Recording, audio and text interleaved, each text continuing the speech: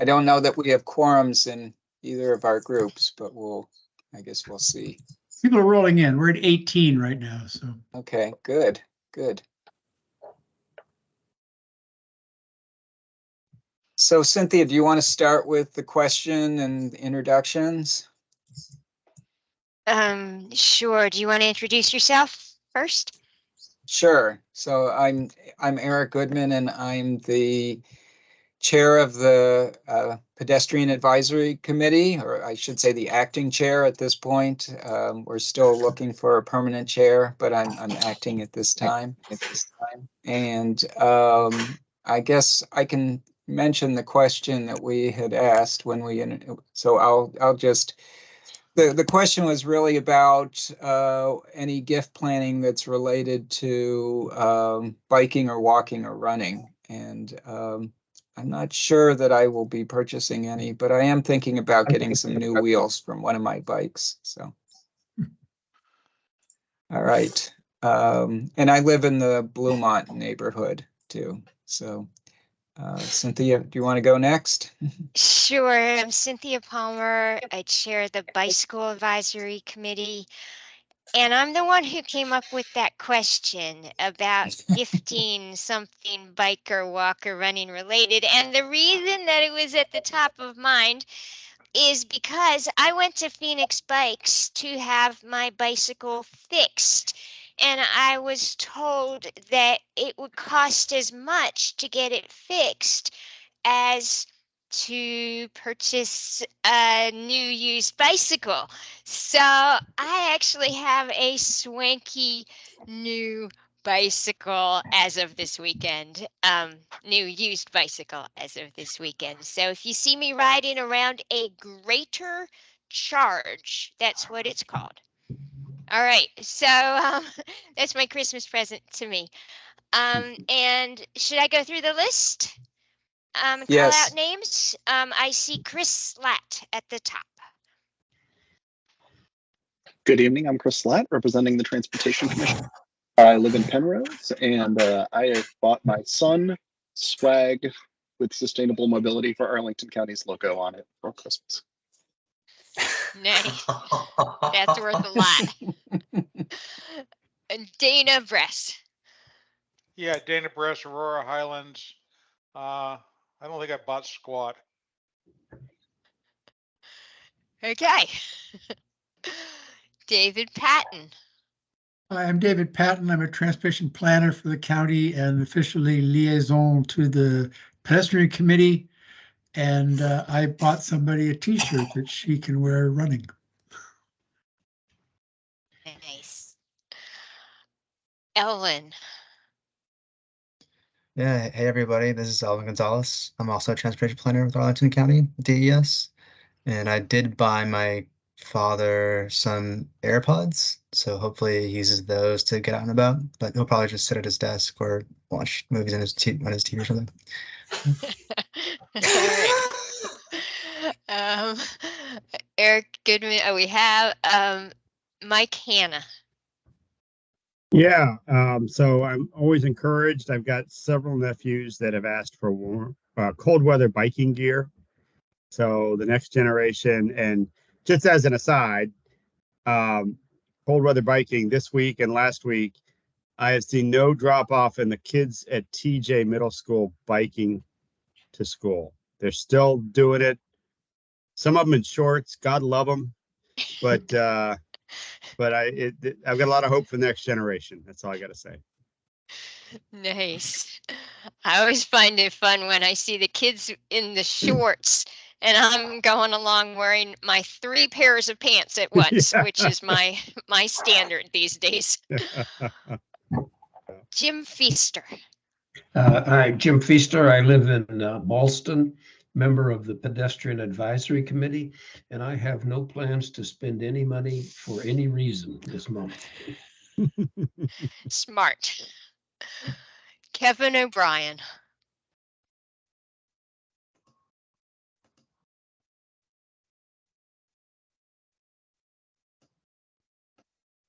You're muted. You're muted, Kevin. Muted.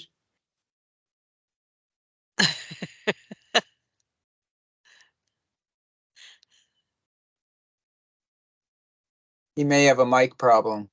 Yeah, it doesn't look muted, but we don't hear. I was kicked out of the my app on the laptop, and I had to revert to the online app. I don't. Maybe others were too. How about now, y'all? Yes. Great. All right. Great. Had to dig into settings here. Kevin O'Brien, Virginia organizer with the Washington Area Bicyclists Association. I am zooming to you from Adams Morgan. And in terms of a bike-related or I guess walking-related gift, WABA, we were going through some supply closets and trying to get rid of copious amounts of stuff that has accumulated in our little office over the years. And I snagged this vintage WABA in the Wild biking jersey that I'm very excited. I'm a longtime transportation rider. I don't do like, you know, a lot of recreational riding, so I've never had a jersey, but I'm excited to join the with a nice fancy you know, fun design jersey. Excellent. All right. Laura Castro. Hi, good evening, everyone. I'm a Vision Zero planner here at Arlington County, and I guess one thing that I'm gifting is running shoes for my brother. Always holiday useful. season. Great. Okay. Let's see. Lynn Borton. Hi, everyone. Lynn Borton here, just sort of attending actually at Mary's suggestion and recommendation. So thank you, Mary. I live in the. It's nice to see you. Yeah, likewise. I live in the Radnor Fort Myer Heights neighborhood, and I actually have a couple of headlamps and rear light to give to several family members this year, actually. Super. Andrew Martin. Hi, Andrew Martin, Arlington Heights, and my parents will be giving my wife some full-fingered biking gloves for these cold morning commutes that she's taken down to Pentagon City area. Also useful. Mary Delau. So yes, I'm Mary Delau, and I'm with Bike and Walk Arlington. And at Thanksgiving, I discovered that my sister-in-law has gotten an e-bike. She lives in Silver Spring, and she teaches math in Montgomery County. And she has been riding her bike to work every day. And so she said she needs something for riding at night. So I don't know what I'll get her yet, but I've been looking, and I'm thrilled because she's always driven and she's discovered bikes. So I want to encourage that for sure. Excellent. Well, one can never have too many lights or reflectors, so I think you got many options there. Matthew Jones.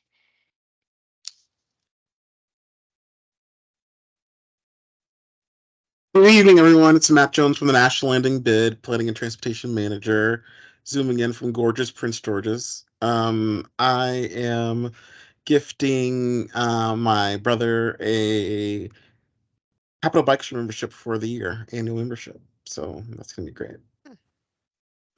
Excellent. Noreen. Yeah, hi, everybody. Well, let's see, I was going to say it. At our ages, my husband and I have everything we need, and we just can't think of anything to give each other. So, but then I was thinking just a moment ago that I could use some my insulated hiking boots recently fell apart. So I'm probably going to be buying myself some new insulated hiking boots. Great. Happy holidays, everybody. Thank you. And Pam. Hi, Pam Van Hine, the PAC recording secretary, Aurora Highlands. Haven't bought any gifts, but I covered a couple. One is an Arl Now gondola sweatshirt that looks pretty cool, and even more so, some Susmo swag. I really want the I'm Walking Here one. Thank you, Chris. Excellent. All right, Randy Swart. Hi, Randy Swart from Barcroft.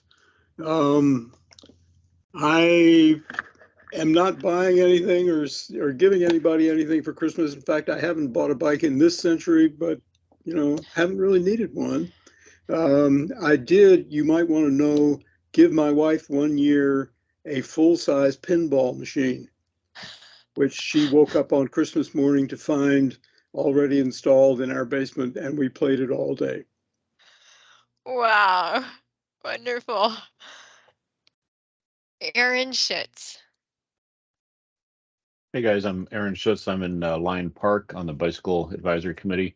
I'm just signed up for the freezing saddles for the first time, so I'm I bike all winter long anyway, but now it's formal.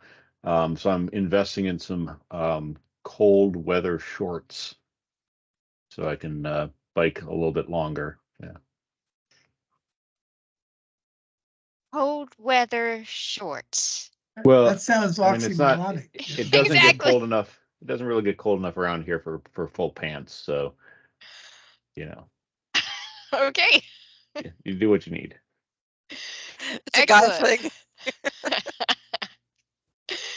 And Steve O.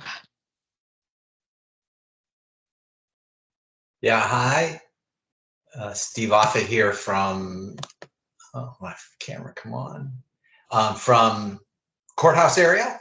So I've put on my wish list some sort of cycling cap. I have a collection of about 25 or 30 cycling caps, but I'd like to have one that has a Christmas theme. So I've put that out to the Santa Clauses in my circle. However, the really big news is that the tandem bike that we put on order last summer with CoMotion in Oregon is right now making its way across the country to be delivered to Handy Bikes in Alexandria, where it will be fitted out completely and delivered to me and my partner sometime right around Christmas or just afterwards. So that's a pretty exciting piece of news. It's being ridden across the country? No. It's being shipped in some sort of container, I'm certain, and so on. But it's going to a bike shop so they can, assemble it. And we've got all sorts of details, very specific cable housings and bar wrap and who knows what that needs to be just right so that we're, as happy as can be. Sweet. All right. Did I miss anybody? Maybe that's it. All right. And we're right on time. And our first agenda item is the MOT discussion status. So who wants to dive Let me in? just maybe start to introduce this topic. I don't, and then we'll let other folks talk. So we were planning to have a meeting on Dana's, essentially his white paper that was going to go to the county manager, county staff, about issues with MOTs, and we were hoping to have a meeting with significant staff to talk about those specific issues. But I understand, I guess a couple weeks back, we found out that county wasn't quite ready for that. So we've been told that will happen in April. My general feeling is I hope it can happen a little sooner than that. That seems like a long way off for us. And I believe Cynthia may talk a little bit more about this, that maybe we do a couple meetings. We do a first one to just kind of introduce staff that were and the concepts, and then maybe a few months later, we go into the more detailed discussion. But anyway, I don't want to take your thunder, Cynthia, if you want to talk about that. Oh, I've got no thunder. Just for those who are new to this group, if anyone is not familiar with the term MOT, it stands for Maintenance of Traffic. And this discussion is about the detours that the county sets up with the contractor or the builder when there's construction going on. And oftentimes the detours are a little treacherous and there's all sorts of challenges. And so Dana wrote up a very comprehensive paper going through all of the challenges and hoping to work some of these issues out, or at least discuss with the county how we can improve the situation around construction projects primarily. So did Dana want to add anything on this? Yeah, sure. Yeah. I think the idea that it's going to that it should get slipped to April is embarrassing, to be quite frank. I think that there should be some. I would have hoped that there was somebody on staff that could have basically discussed every one of those on the fly. The fact that they're saying, I don't know what message they were sending other than, then we don't want to talk about this in the immediate future.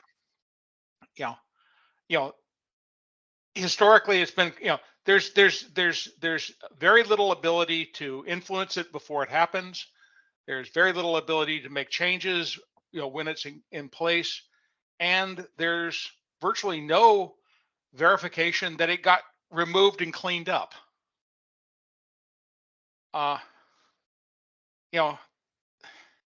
It's like nobody cares at the county. My opinion, not necessarily views of the BAC. Dave Patton, you're on mute. You're on mute, David. I'm going to raise my hand and ask to speak. Is that okay, Dana? Sure. Okay. And then I'm going to ask Elwin if he can fill in a little bit, because this issue has definitely risen to the attention of our staff colleagues, and I don't think it's being ignored. And I think you might be right to a degree that nobody's prepared to come and present on or defend the status quo. But what is happening is people are circling the wagons in order to develop a narrative about what is in place and is supposed to be happening now, even if the dots aren't connected very well. So I think that's what's going to happen next. Is there going to be a response coming to the committees, or a presentation maybe coming to the committees to say, well, here's what we think is going on. And you're right, that does sound a little embarrassing.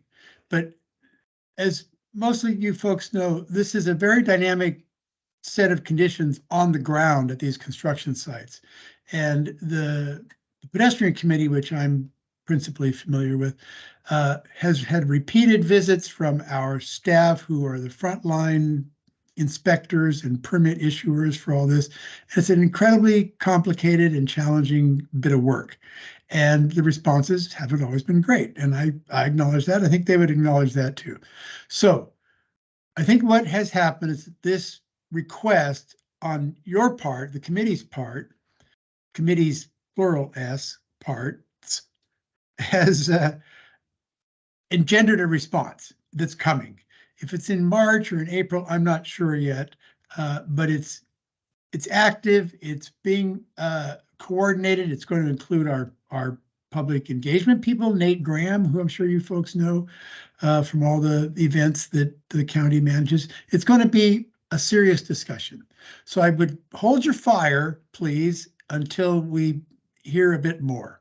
And taking on board the criticism that, yes, it's maybe a little too late, or maybe, embarrassing that it's not something off the shelf ready to go, but that's what it is. Okay. Thank you. Elwin, do you want to say something? I know I want to move on because we do have a lot on our agenda, but if you want to respond for a moment, that would be fine. Yeah, for sure. Thanks, Eric. Yeah, I just want to, I agree with everything David just said. We hear you. We understand that these are recurring issues that, it's not a new issue. It's been something that's been going on for years. It precedes my time. It precedes other folks' time. And it's important that we have a very comprehensive discussion about this with more folks at the table. It's going to take some time to develop a response.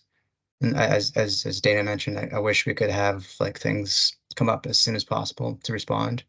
But this is something that's a pretty big issue for the county and something that we want to have, put our heads together to put a comprehensive response to. Thanks. And I see Chris Slatt. Chris, if you could be brief, but please go ahead, because we want to make certain that we have enough time for our CIP discussion. Yep, I just wanted to throw in a real quick thing and say, in my experience, brushing the committees off is something that could be done very quickly. And the fact that the county wants to take 5 or 6 months to respond to this, I think it is a good sign that they actually want to dig in and make some positive changes. And let's be honest, this is a problem that we've been dealing with for decades. And so the notion that it might get fixed in 2 months or something like that, I think is pretty naive. So the fact that the county has promised a response, that they seem to be taking their time with it, I think is a positive sign, and something that we should all be cautiously optimistic, or something in that general realm. That's all. Thank you. With that, Cynthia, should we move on to the backpack priorities for the next CIP? Sure. Mike Hanna had his hand up. Did he want to make a quick comment? And then Yeah, he no, lowered I it. don't want to take any more time. I just wanted to point out the fact that the county has been, I've been reporting on Fix a Problem, or whatever it's called. The fact that the construction site at Wendy's is constantly blocking without any plan. They just park trucks and equipment and materials in the bike lane. And the response from the county is, a month later, I get something that says, "Oh yeah, that ticket's closed." Not, there's nothing we can do about it. Not, we've tried, but we can't get to them. But it's just basically, we're not even gonna give this a response. So it's dangerous, and somebody's gonna get hurt. With that, we may be talking a little bit more about that for a few minutes a little later in the meeting. It's on our agenda, so that'd be great. But we'll hold, if we can hold for just a little bit, and maybe work on, at least let's try and hit the CIP discussion. And let me maybe just set the ground rules on this. I'm gonna bring up a sheet that will kind of give a little bit of information about the CIP, which I call CIP. It's a capital improvement plan, and maybe give a little background about it. And please, David, correct me if I'm speaking incorrectly about the CIP, but we'll start with that. And then we have a list of items that we'd like to put some priorities on, and we'll explain how we want to go through that in just a moment. Can I present? Do I have the potential to do that? Let's see if I have that. Do you see a share button at the top of your screen? I do. I think just hit share. Let's make certain I'm getting the right document here, but I think this is it. Let me know if you see that. Yep, you're on. Okay, so first let me just give a teeny bit of background about the CIP as far as what I know about it. So this capital improvement plan is like a 10-year plan that gets updated every couple years. And I think the current one we're on under, I think, is the 2023 to 2032 plan. And I have a list of some of the items that are currently in the plan here that Pam was able to pull out. So can see those Army Navy Drive Country Club Trail, or the Army Navy Country Club Trail, the Army Navy Drive Complete Streets, the Bike Arlington and Walk Arlington programs, which David, maybe you can explain. Those are the ones that you as the planners work underneath, right? Or are these actually the programs that we're paying I guess, to have folks do Bike Arlington and Walk Arlington? It's both, but Okay. it's confusing on the inside and the outside of county government. Okay. So there are two things called Walk Arlington and two things called Bike Arlington. They're not the same. What these refer to are capital project budget categories. So things that are, for example, the counting program that the automatic counters that I manage are a Bike Arlington funded capital project. What Mary DeLau manages is called Bike Arlington and Walk Arlington, but that's not a capital project. It's a different thing with the same confusing name. I wish we could start over. These are capital budget items, but they won't include, for example, things like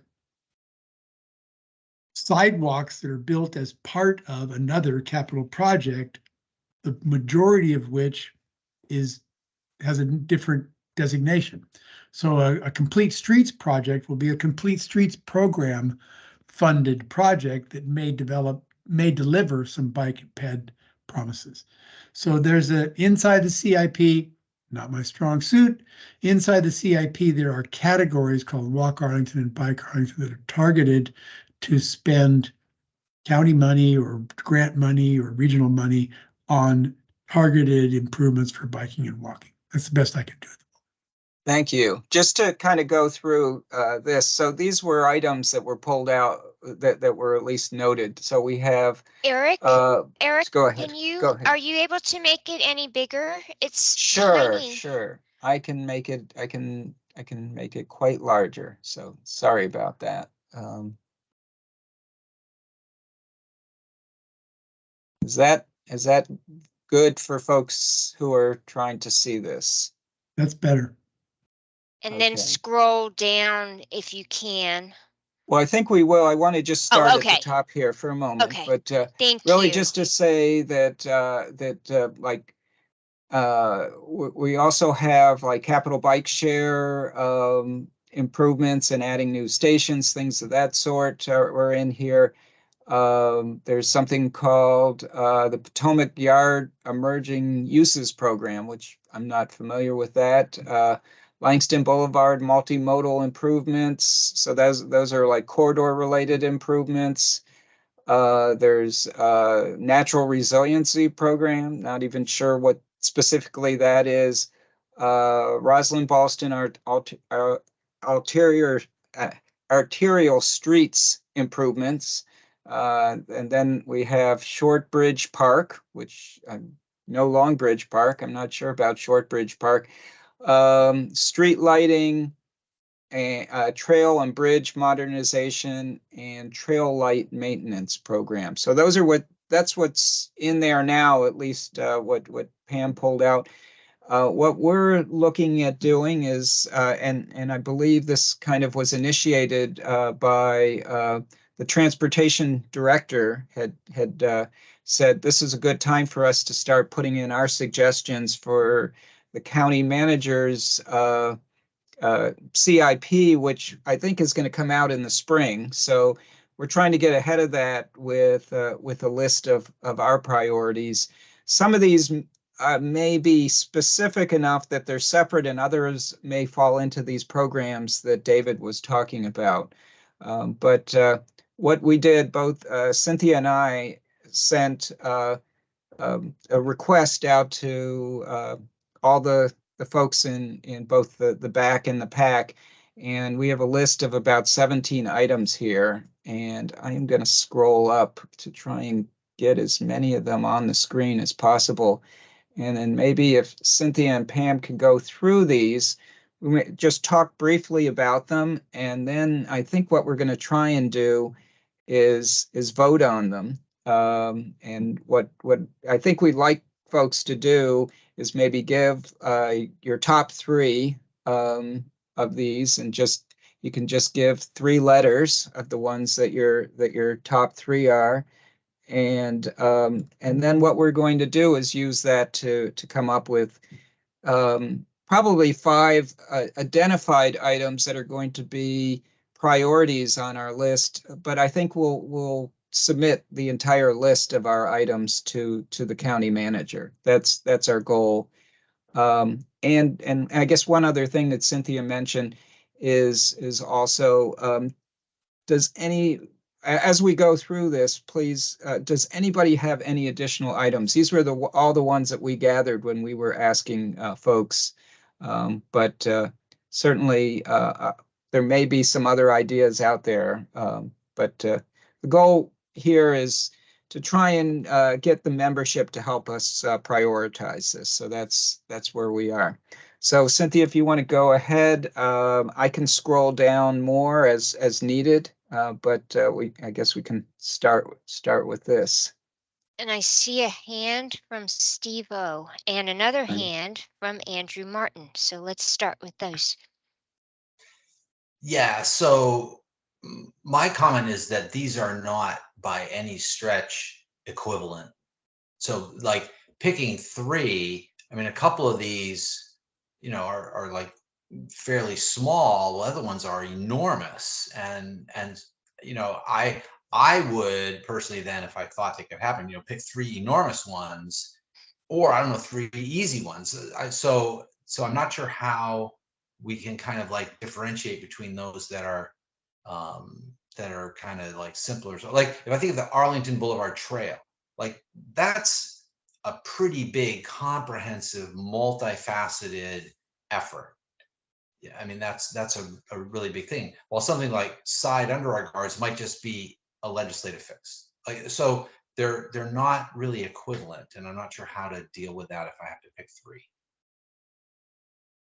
We were just talking about that like an hour ago on the phone. So yeah, it's go ahead. And when we say Arlington Boulevard, I think it's sort of couched there that there's several commercial developments that are coming up. So again, we would maybe throw that as, if we see that as a priority that a lot of people want to mention, then you know, we would do that. I think that we're not abandoning this list. We're just talking about putting a few items at the top of the list to get the attention of the manager.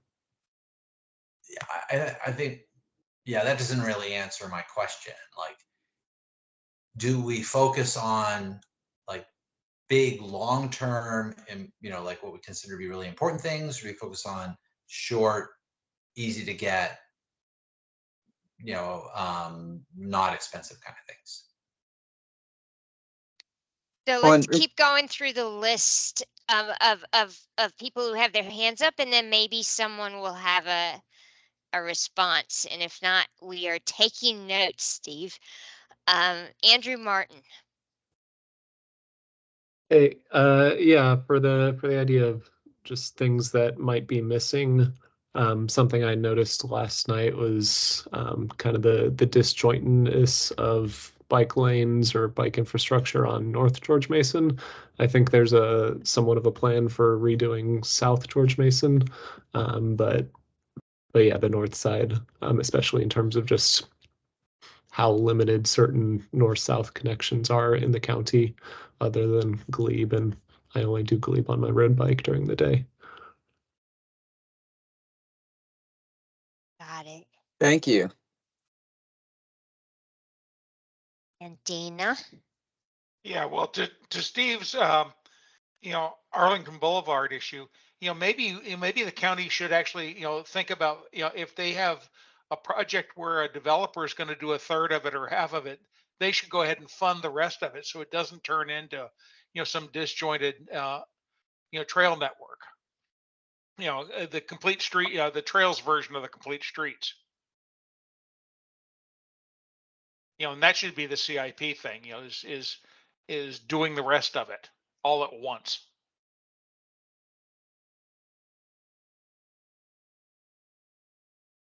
Do we want to change that to an Arlington Boulevard trail, or, well, it's still the trail that we're talking about, but an Arlington Boulevard complete street? Or comprehensive. You know, don't muddy it by calling it complete streets, but yeah, but do it comprehensively. You know, Okay, we'll put a note there, comprehensive. thank you.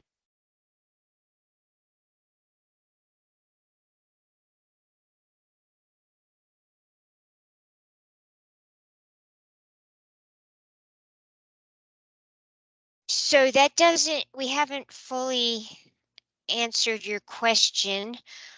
I guess just vote. I mean, what we're voting on is items that you think, for whatever reason, that you think deserve highlighting in this letter. Like, all these things are going to be in it. But if you were going to have a conversation with the county manager and you wanted to throw out 3 ideas, like my 3 happen to be the top 3 on the list. I did not make the order of the list, but I got lucky. So I would talk about Shirlington Road, which is a huge project, very expensive, but with considerable safety value, we think, for walkers, for bicycle riders, for children going to the playground. That is such a dangerous intersection to cross. And we would like short, midterm, and long-term fixes. I would also, if I were talking to the county manager, I would say, you know, if you want to take a small project that could save someone from being beheaded, underride guards on trucks owned or leased by the county would be a good vote, a good thing to do. So I would mention that one. And then traffic signals, that's a very expensive thing. But having signals that recognize humans on bikes or walking, other countries seem to do it. I watched the videos. I've never been to these places, but it looks like there's a lot of room for improvement. So those are my top 3. It doesn't have to be like super strategic, but just if you were going to talk to the manager, which 3 items would you highlight? Does that help at all? I don't know. Well, why don't we, I think we were talking about, and you just sort of kick this off by going down the first 3. Should we keep going through and allow for a little bit of discussion, a short discussion with each one of these, and we'll just get to the bottom of it, and then ask folks to give their top 3, and hopefully we can have a few that sort of come to the top that we'll put as our top choices. And I see Mike Hanna has a hand. Yeah, so just real quick, and this is maybe a question for county staff more. Something like Shirlington Road, where, as far as I know, there's no project that's been identified. There's a problem. They need to do a lot of studying, right? And then figure out how to fix it. So there's no like capital budget associated with the fix at this point. I mean, what we need to do is get them to do the study needed to identify a project. So for something like that, could it get into the CIP if they don't have a number to put to it, or could we only get a study in the CIP at this point? Yeah, David, maybe you can answer. Yeah. So let me, as county staff, you all are ahead of the game. This is not a discussion that I've had with my colleagues, and I'm aware at Shirlington Road, for example, of several things going on, a study that's going on and a project to replace the road bridge across the stream that will include a new sidewalk. So each one of these things has a history and a documented past that I'm not current on. So I don't really know how to advise you here, but all the comments have been correct so far. This is a mixed bag of things that are. I guess my question in terms of prioritization, are we more likely to get something that's well defined into the CIP if we ask for it than something that's not as well defined? That's a good question. Well, can I just say, if it's a priority for this group, and we're sort of targeting that location as a priority, it may require further study, but the goal is to make it navigable and safe. And so that, I think that would still be, even if it's not well defined on the solution, the problem is pretty well defined. Sorry to cut in there. No, No, I I- don't know what to say, because I agree with Steve Offit on this. This list is very mixed up. Not mixed up, it's just it's a mix.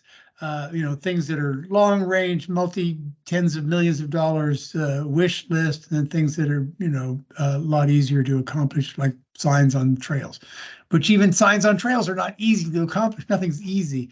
But so I don't know how to advise you here. What's most useful? Let's see. I think some expression from the committees that say, hey, we're really concerned about signals that, recognize people walking and cycling. What can you do about it? We're really concerned about the Sargasso Sea there at Shirlington Road and 4 Mile Run and what's going on. But some of these things could be satisfied with a briefing from the appropriate staff, who are not me and Elwin. We have capital project manager colleagues who are running capital projects on Arlington Boulevard, on the Army Navy Country Club, on Army Navy Drive. It would be a full-time job just to prepare reports on each of those things. So I think, again, the goal here is, we were asked by Way to give them some thoughts about what we'd like to see, and so we polled our folks, and I think this is what we got, and it may be a mixed bag, but I think at least the goal tonight is to try and get enough prioritization that when we put it in a letter, that we can highlight a few items. Let's hear from Chris, because I think Chris has a unique perspective as a commissioner and a committee member, and knows this stuff better than I do, frankly. Thanks. I've spent way too much time in the CIP. I think the most useful guidance I can give is there are two main types of things that go into the capital program from a transportation standpoint. There are projects and there are programs. So great things to suggest are individual projects. And if they've been studied before, then they will probably go in as a project. And if they have not been studied before, they will probably go in as a study, which will then eventually lead to projects. Programs are a little bit of a different thing, and honestly, a super useful way to kind of have things that continue to get better over time. So like, for instance, the Neighborhood Complete Streets is a program in the capital plan. It is a particular way of deciding on projects. I know a lot of us are familiar with it, and some of us are not.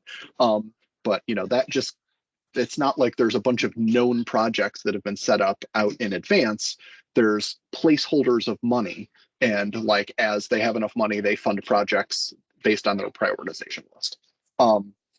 So like, I don't think it's useful to say anything about the Walk Arlington and Bike Arlington capital program, because all those are a way to take walking capital projects and biking capital projects and like put them under a single heading so they don't take up so much space in the CIP. Has basically been my experience. Is like, the Bike Arlington program is whatever bike capital projects we have kicking around, we just shove them in there so that there aren't so many things in the CIP. But like, fixing missing links in our sidewalk network can and probably should be a program in the CIP that has a certain amount of money every year, and we just kind of knock those out as we go. Wayfinding, could be a program, could be a project.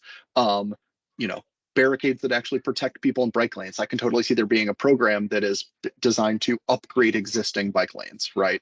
Ones that we have that are only plastic sticks, ones that we have that are only paint, and it gets a certain amount each year. And like, we end up with a prioritization thing and we decide, okay, Quincy is going to get actual like concrete this year and Wilson Boulevard's going to get actual concrete next year and all that kind of stuff. So I really encourage you, especially as you get into the letter, to think about things that could be programs that get done over time with a set amount of money, kind of into perpetuity potentially, and things that are projects. And just be specific, because like that is what I think staff is really looking for at this point, is like, what are the specific projects that we want to see, or what are the types of programs that we want to see that like improve things over time. Hopefully that's helpful. I think that's very helpful. I'm just going to say from my standpoint, we should type that up and hand it out. Jim, you have your hand up. I would like to say that I have a pet peeve, I guess, and that it doesn't cost any money, and that is there are streets in the county and without sidewalks on either side, the importance of which exceeds the wishes of the property owners who live along those streets. Those are public, we own those streets. Those are not just those streets for those property owners. And the neighborhood programs only does sidewalks if 60% of the property owners agree. And if it gets into the long list of those. And if the county were to acknowledge and to focus on streets that lead to schools, public transportation, public buildings, or those areas that receive lots of foot and bicycle traffic, and then focus on those, because they are those are areas for the count for all of us, not just the property owners who live along, who own property on those areas, who have some veto power over whether the money is spent for sidewalks. Done.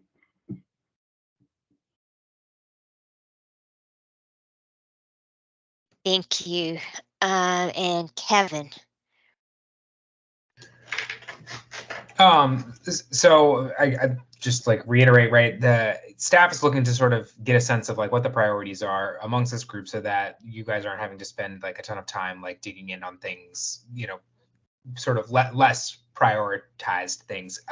That being said, would it be possible for staff to sort of do sort of a quick and dirty analysis, like spend, you know, a little bit of time with this list that clearly reflects, some amount of priorities? I think voting will sort of can perform at a later date. But at least give us a sense of like, yes, this is something that fits within the CIP sort of framework. This could fit if we sort of say it like this. This is something that we don't need to include because it's actually included, in some other, mechanism. And I don't think it necessarily has to be a real in-depth, analysis, but just to give us a sense as we, sort of can try to sort these, and then we would have be able to, I think, more have a more informed and more useful sort of voting, because right now this is just going to end up being like, what are my 3 favorite projects, as opposed to sort of maybe what do I think are the most important priorities, right?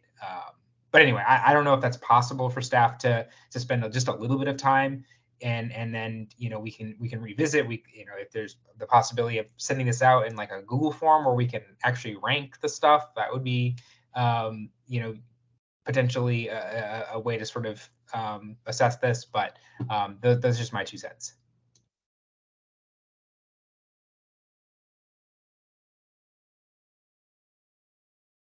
David. Yeah, I'm next. So let me make a suggestion. So this list that we're looking at, Eric, you and Pam developed this list? So this was developed by, we basically asked the members, and feedback we got, as well as Pam and Cynthia and I, we added to it as well. This is the comprehensive list that from everybody that gave feedback. Well, why don't I propose this? Why don't I take this list and apply a little bit of filtering to it, sort of in sympathy with what both Steve and Chris Slatt said, and turn this into a list of big things and little things, and program things and project things, and bring it back, and then we have something that all parties can talk about, because right now it's a mixed bag. So let's unmix it a little bit. Let's turn it into, let's try to find some common language that both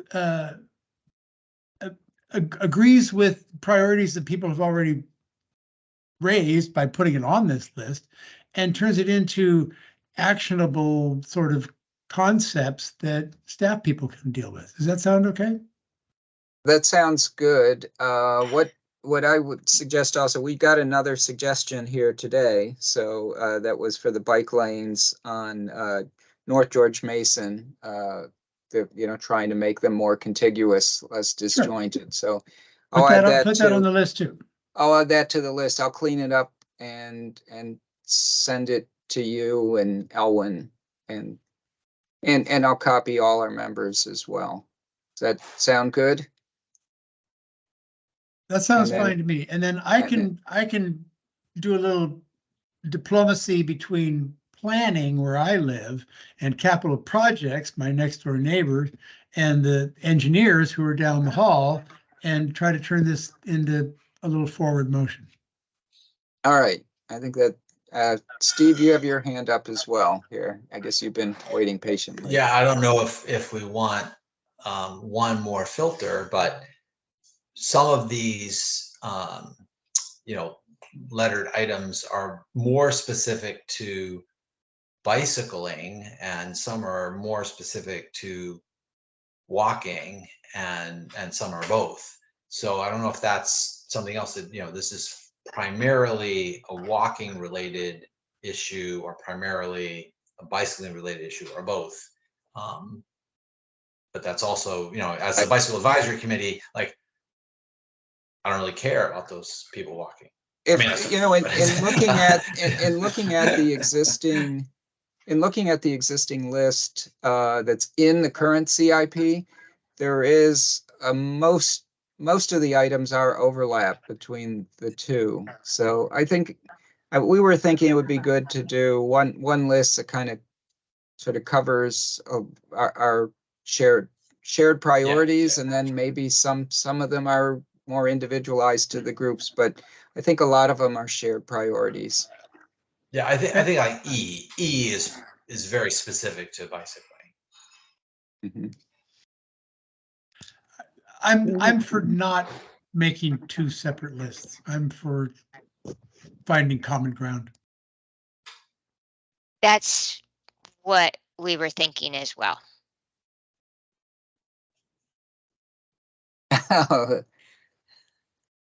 All right.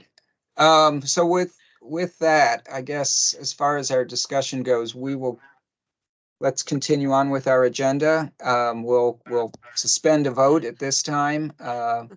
Maybe once we've at least gotten these in the, gotten your feedback, we can either vote individually or as a group together to get these to get this in a form to get back to the county manager. And you have Pam trying to get a word in. Yeah, Okay. that was my question, what next steps are, and thank everyone for their comments, especially Chris, and for David for volunteering to sort this out, and to Eric and Cynthia for trying to explain all this to us as well. So David and Elwin are going to jiggle this all together and talk to some staff and come back to us, maybe before the end of the year or in January. Maybe this will be another discussion in January. We will do this separately together, but our goal is still doing a joint letter. Yes. Okay. David, this is Tom Corns. Can I get a word in? Yes, please. Yeah, I had trouble with my computer, so I'm on my phone. One of my pet peeves is is the invisibility of pedestrians at night. We're putting a lot of money into lighting and so forth, but I try mightily to, or not so mightily, I guess, to wear reflective clothing at night, and I think that's a program we could work on that is so focused on who we are in terms of pedestrian advisory, or pedestrian active people. That's one that we should consider developing a program for encouraging clothing that is reflective clothing or additions to clothing or whatever. There are lots of things out there, but we've never really focused on that as a focus. I think that would be good for the identity of the group too. It's not a funny thing. It's like we all have had heart-stopping moments where I didn't see that. Anyway, I that's can a suggestion.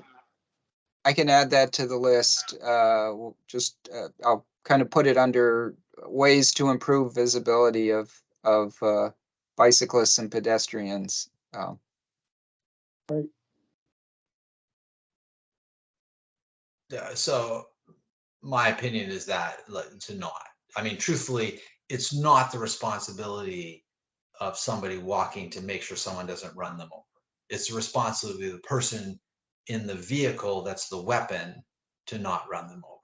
I mean, it's a good idea for people to make themselves visible, but if we start putting a program in place, it sends the signal that it's the responsibility of the vulnerable user to make sure they don't get killed, and not the responsibility of the person who is wielding the weapon to not kill people.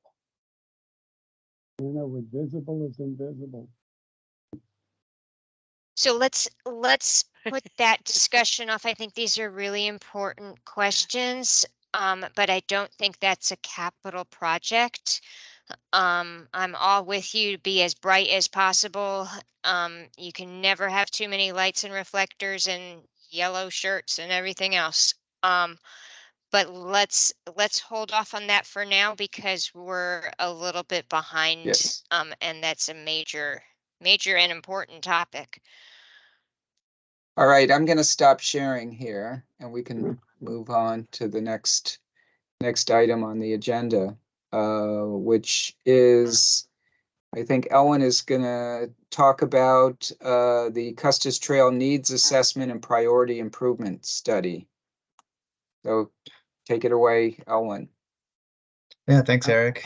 The good news is that everyone on this call is probably aware of the Custis Trail and probably has ridden it multiple times, including today. So I'll be really quick with my slides that I put together. I want to hear mostly from you guys about your experiences on the trail.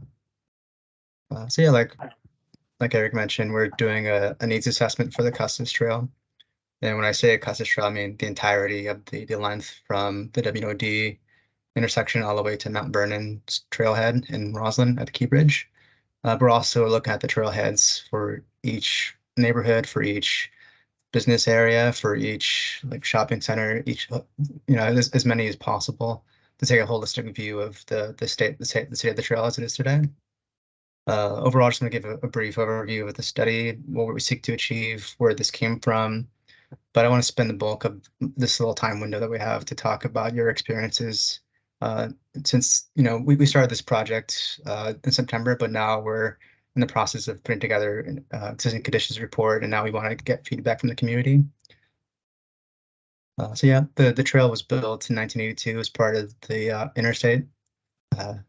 It's a heavily used corridor, a lot of east to west travel.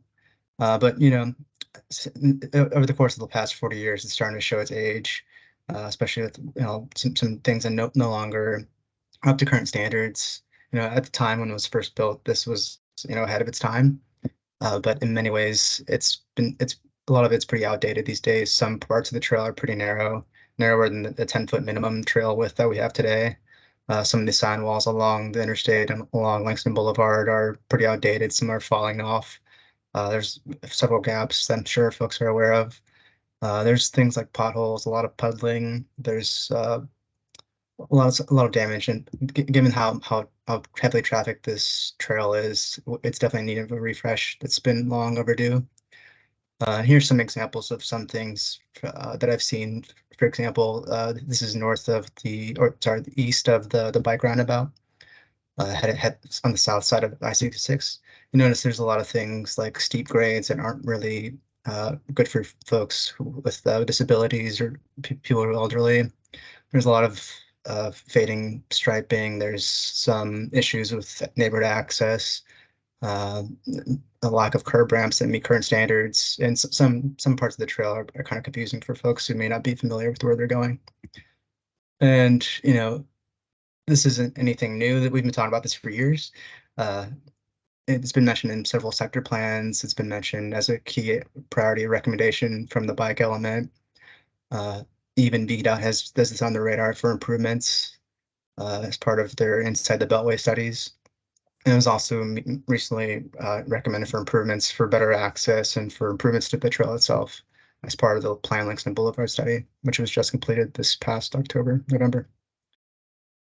So based on all this, we applied for technical assistance from the state as part of the Office of Intermodal Planning and Investments, which we received the technical assistance. So we started the study in September in conjunction with VDOT, with the OEP, the Office of Intermodal Planning and Investments, and we're working with a tool design group, which is our consultant for the study. And the main goals of the study are basically to, get a temperature of what's going on with the trail today, what issues are out there, what things are working, what things are not working, getting a better idea of, in-person site visits, but also looking at data, also looking at previous mentions of recommendations from other studies and recommendations. And then ultimately, we want to create a list of projects that could stem out of this, that to be included for the CIP, to see how we could get these issues resolved from the short-term things like graffiti, all the way to long-term things such as improving access and possibly regrading some parts of the trail to make it more level up to current standards today. So yeah, I'm not going to talk through all these issues, but these are some things that we're looking through as part of this study. And I really do appreciate this image on the right of the trailhead at North Irving Street, because it kind of symbolizes so many issues that we see up and down the trail in terms of, sound walls that no longer meet current standards. There's some dark spots, blind corners where people have issues seeing who's walking, biking, or rolling down the trail. There's a lot of interconnection issues with bridges that create tripping hazards, some potholes. But there's a lot of good things going on, such as the trail has a lot of good community gateways. And it's heavily trafficked, not just for people exercising, but there's a lot of people walking their dogs or pushing strollers with their babies. And it's definitely a community asset that it's already great, but it could be better. So, overall, this is the map we put together to showcase what trailheads and where we're looking at the study. And we've broken this down by segments with logical endpoints, but also trying to have this in context with existing civic associated boundaries and areas that have, community centers or schools or what have you. And then here's a much more granular look at what the segments are look like. Trying to keep a consistent length, but also factoring how the elevation changes as we move from west to east, heading towards the river. As the elevation gets further lower, basically. Yeah, I want to spend the bulk of this time to kind of hear from you guys to see what can be done and things that have risen to the surface that are top of your minds. And I just want to say that this is just the tip of the iceberg. I definitely want to have this be a recurring conversation over the course of the study, which will be going on until May and June, when the study document will be published. And we're definitely taking a look at the existing conditions, but also want to hear things that you guys think should be considered when we start putting together recommendations. Yeah, some things like safety.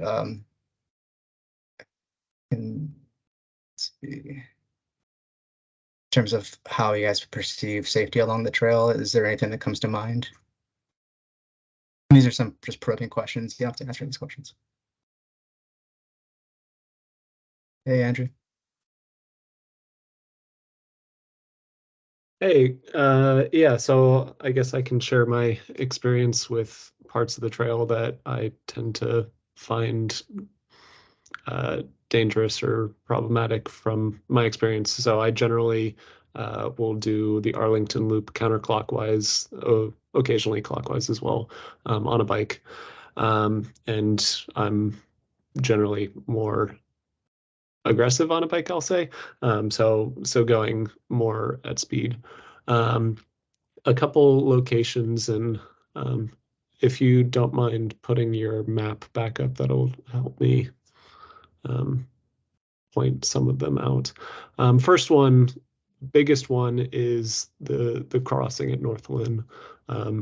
The 2 lanes of right turning traffic from 66 onto North Lynn, right? The intersection starts with that no right turn like light up sign right when the crosswalk is activated, but that's not enough time, and that second lane especially is always reluctant to yield to individuals in the crosswalk.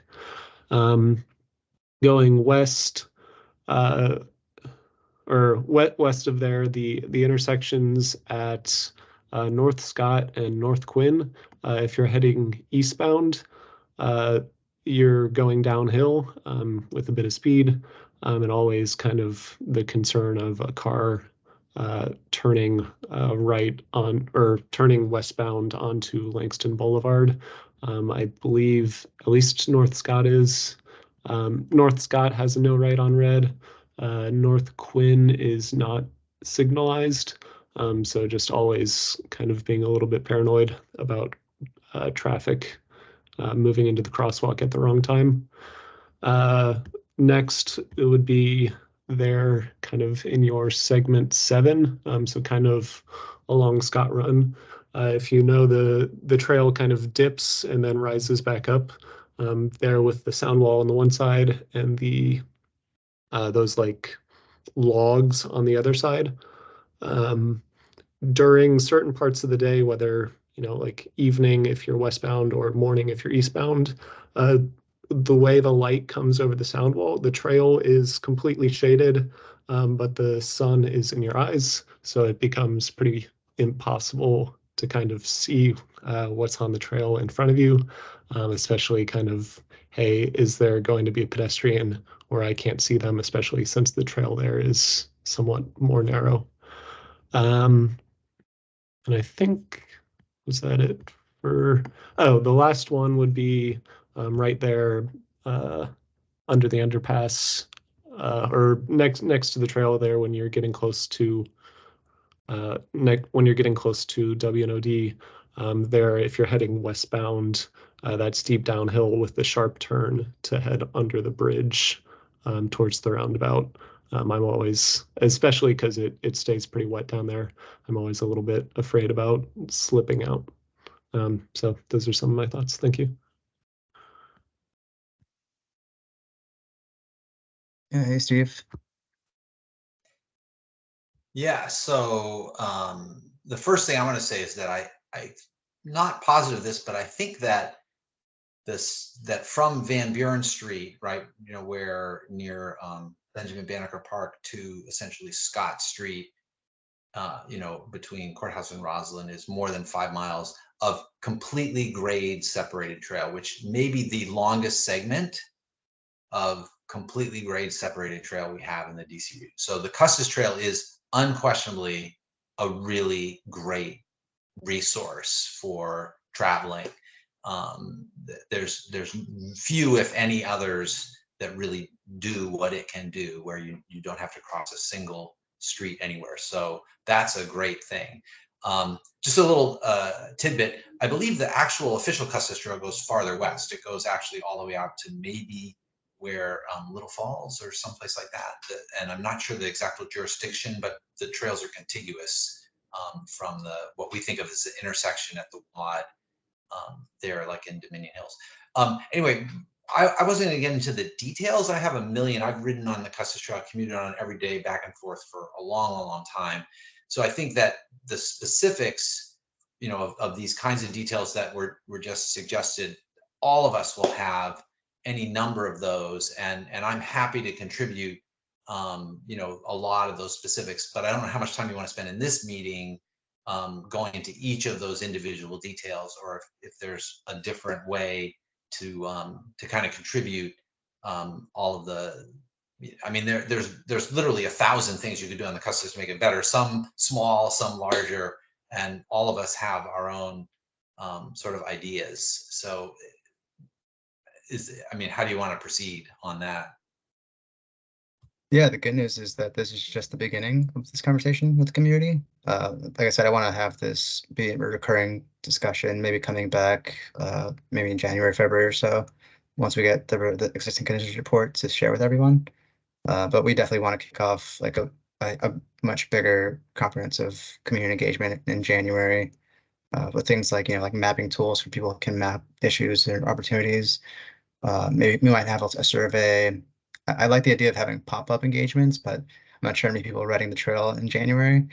But yeah, there's so many moving pieces that, like I said, this is just the beginning.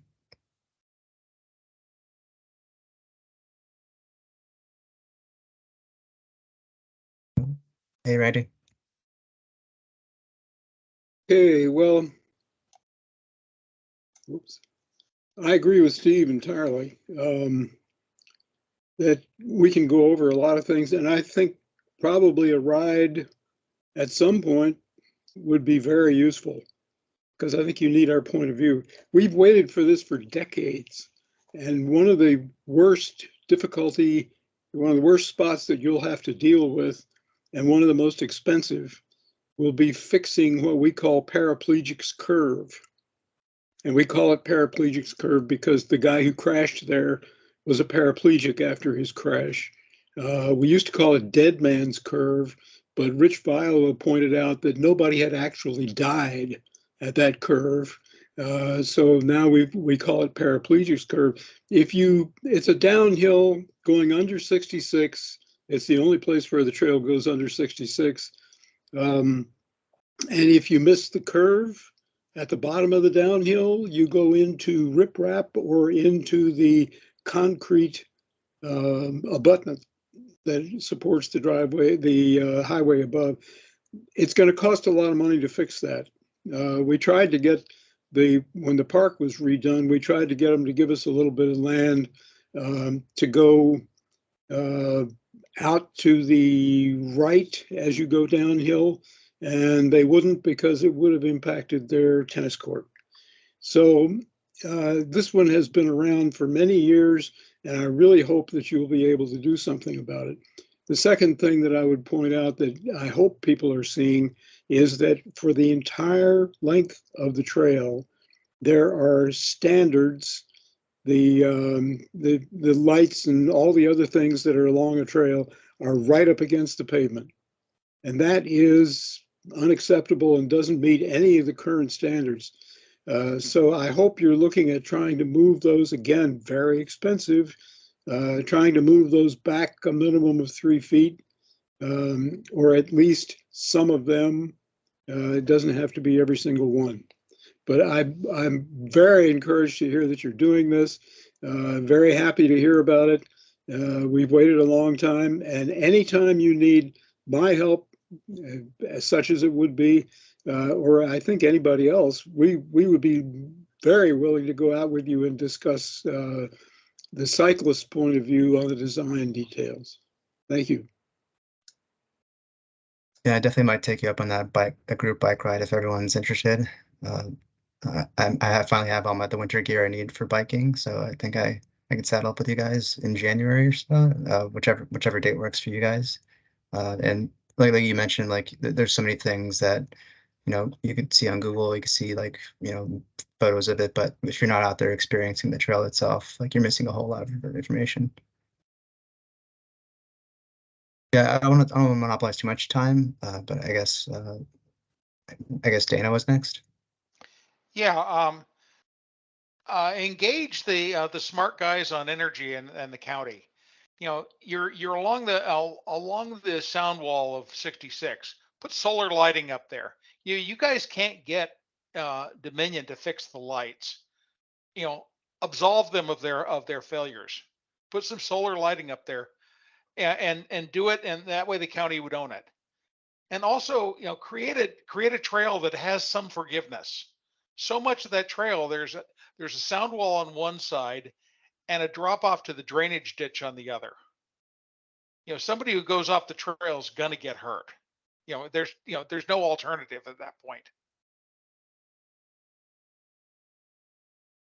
And I sent you a note about the roundabout as well. Somebody needs to be paying attention. Thank you. Yeah, for sure.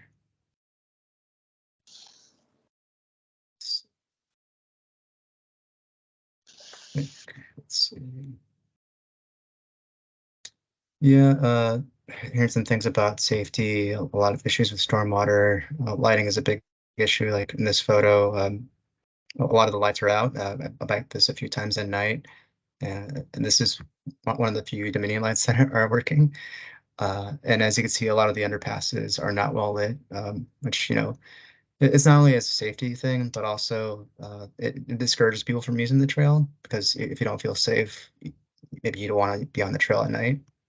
And it's also important to factor in how this affects people who are walking home alone from the metro, heading home from work, or women pushing, or women by themselves. They definitely perceive infrastructure differently than men may.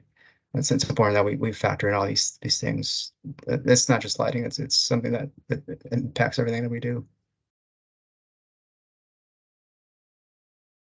Yeah, another big thing is wayfinding is an issue as well. Like for this example, like there's some graffiti, there's some signage that is outdated. And I've seen for a lot of the bike infrastructure in the DC region, they're moving more so towards counting down how much time it takes to get to destinations as opposed to mileage. Because some people who see like a sign that says 2 miles to walk or bike somewhere, it might scare them off. But if it says like 10 minutes or 15 minutes to get somewhere, that it changes people's perceptions of things. Yeah, Eric, did you have a comment? Yeah, I wanted to first thank you. I think this is great that you brought this to us. I think we got some good initial comments. I think when you start engaging the public, I would suggest that you give us an opportunity for those who may or may not be able to join in that to at least have a means to provide feedback and their experiences, so you can collect them, because I think certainly this group has lots of experiences to share. And with that, unless you have anything else, I'm sort of moving the meeting along too as well. Maybe we can move to our next subject if that sounds good. Yeah, for sure. And I'll post the link to a webpage that we just created for this in the chat. And also just want to give just an idea that we just got the existing conditions report this week, which I could share with the group. We're starting community engagement next month, and then the study document should be wrapped up by May, June next year. Yeah. Quick question, Elwin. So who's kind of taking the lead on this? Is it you, or is there someone else who's kind of the key point, the keystone point for the Custis Trail study, the whole thing? And so if we want to, like, I could myself come up with 10 pages of issues and ideas and so on and so forth. Who do I give that to? Yeah, send it to me. I'm the project manager for this. I want to hear as much Okay. feedback as possible. So. All right. Thank you Thanks, again. Yeah. Thank you. Should we move on to the next item? David Patton is going to talk about the Army Navy Country Club. I guess that the new means to get from Columbia Pike or potentially to get from Columbia Pike to Army Navy Drive in the future, and then also the Army Navy Drive bike lane extension. Yes. And now don't beat up on me because these are not my projects. I'm presenting for one of our capital project. We're back to that discussion about the CIP. These are both CIP items. They're both being managed by Mark Dennis. Some of you probably have met Mark. He's a good presenter, but couldn't be with us tonight. So he provided me with sort of a cheat sheet, and I've done a whole afternoon's worth of studies. So you can use, so I know everything about both of these big projects. So let me set the table a little bit. Talking about Pentagon City area, I'm going to have to take the screen and leave my bunker here for a minute.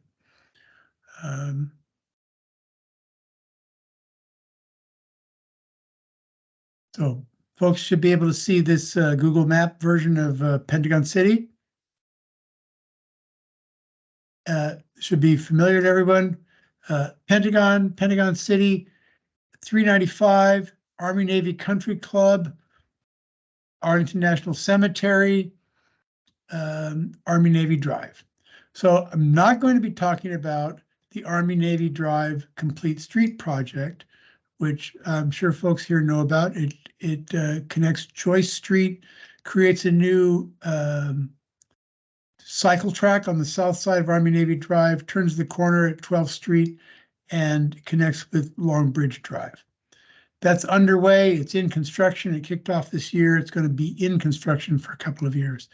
What we are talking about are a couple of other projects that are companions to that, let's say.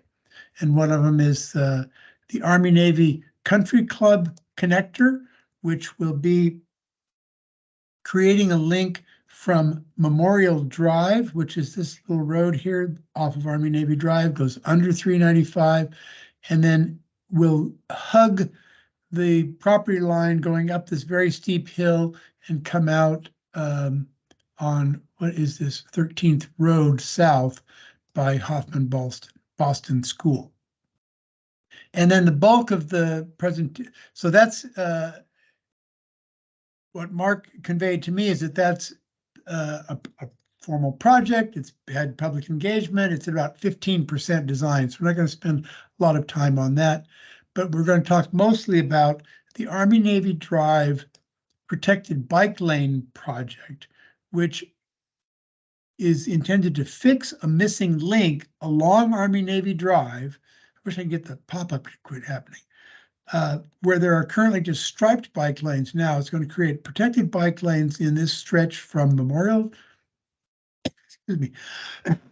Drive all the way around the corner up to meet with the Army Navy Drive Complete Street cycle track. So I'm going to spend the bulk of my 10 minutes or whatever talking about that. So let me park that map, keep that map in mind, and we're going to go to actual what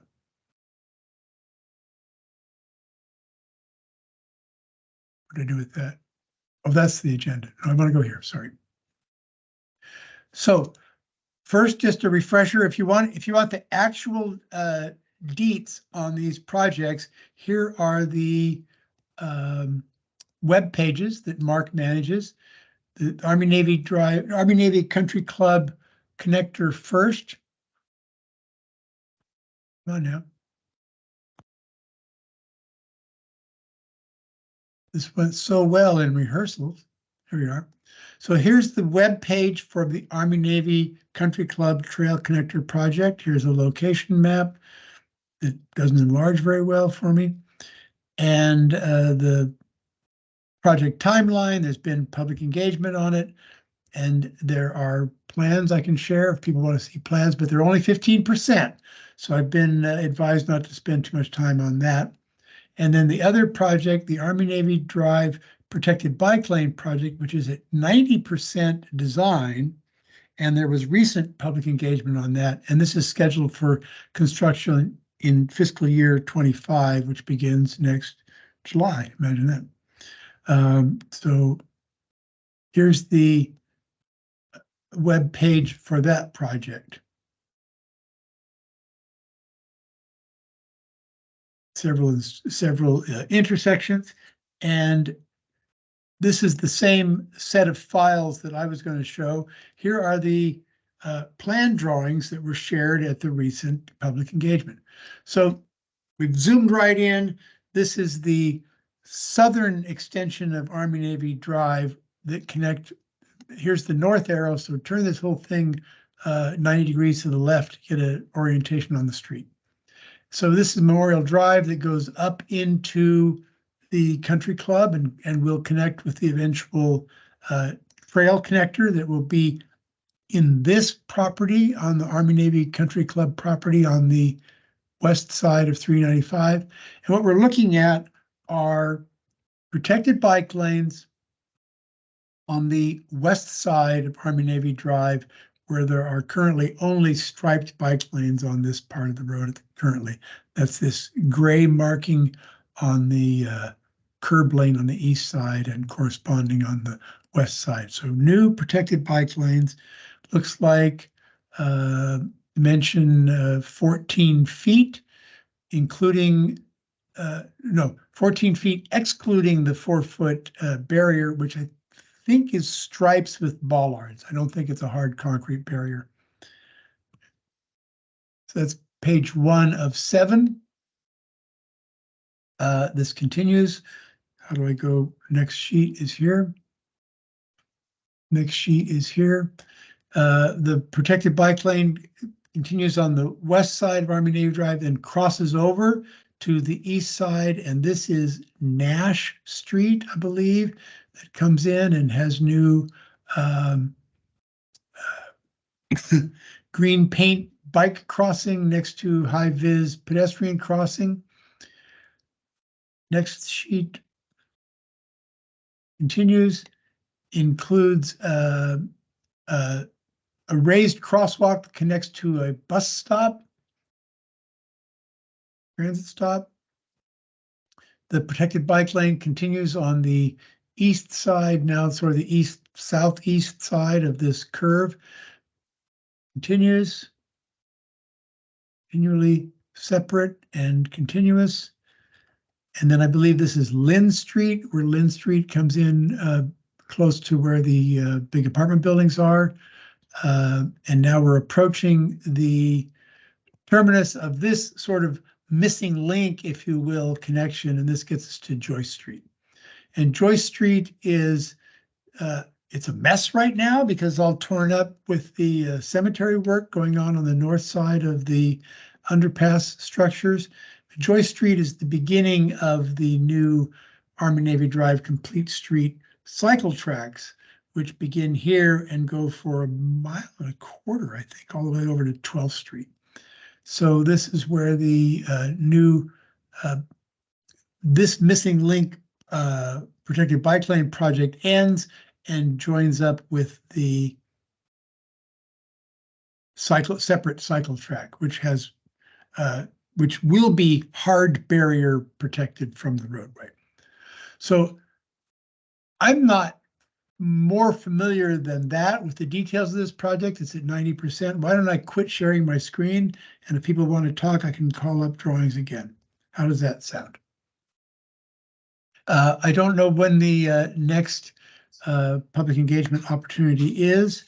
If we're at 90% design, that's pretty far down the road. See, Steve's got a hand up, Steven? Yeah, so just to understand, those protected bike lanes, are they two directional or Yes. are they one direction? Two directional. Right, so, yeah, two directional well, on one side of the street. Yeah, I think that's I mean, it's 90%, so there's nothing we can do now, but that makes no sense to me. Like, you gotta change sides of the streets, like at least once, maybe twice. I mean, to me, it made way more sense just to be on the proper side of the street and get yourself protected than having to do these crossings at odd places and having, anyway, I'm obviously it's too late, but that to me, somewhere I guess I missed the opportunity to comment, months ago. Yeah, I don't know what to say about that. I don't know when that decision was made. Sorry. Eric?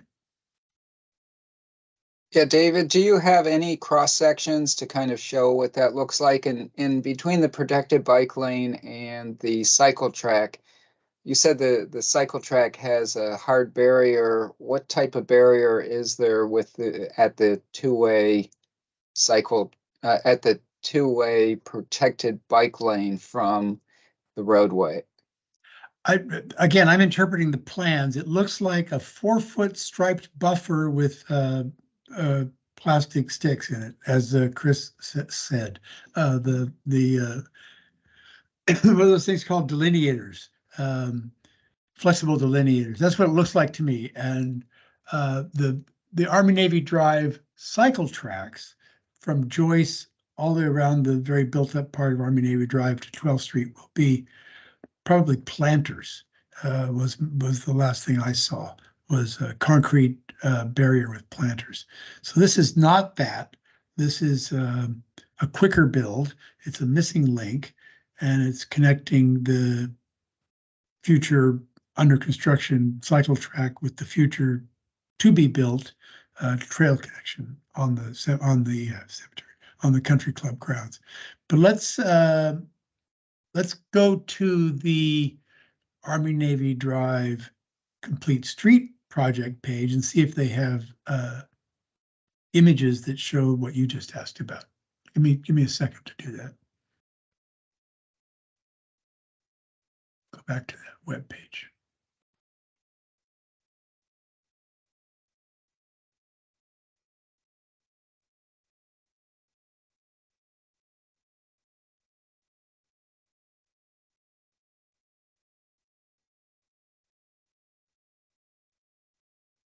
Let's see if there are.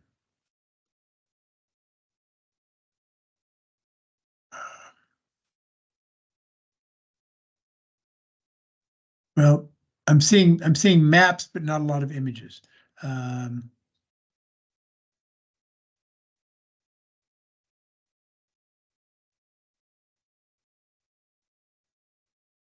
Design workshop, maybe design workshop.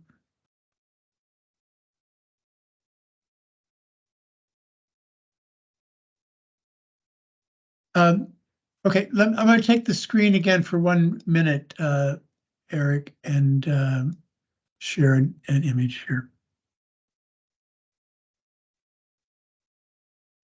I'm on the Army Navy Drive Complete Streets web page, and these are old images of the cross section of the Army Navy Drive cycle track. And here you're seeing this.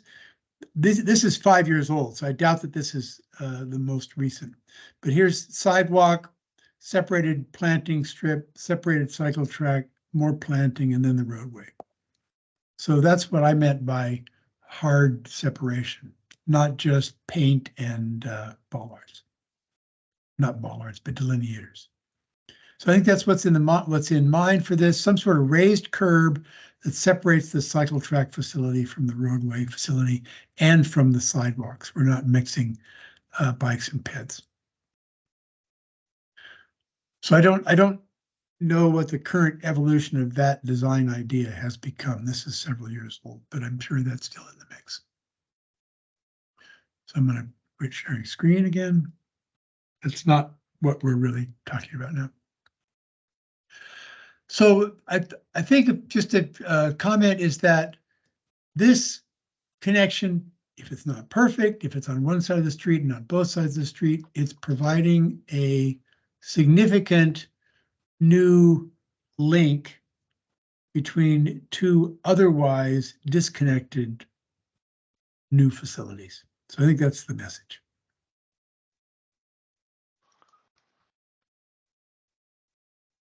Do you want to give us a brief just a brief sort of picture of the connector or where the connector is Sure. right now? Yeah, let me do that because I have a set of plan drawings for that. No, shoot. Yes, give me a minute to change gears.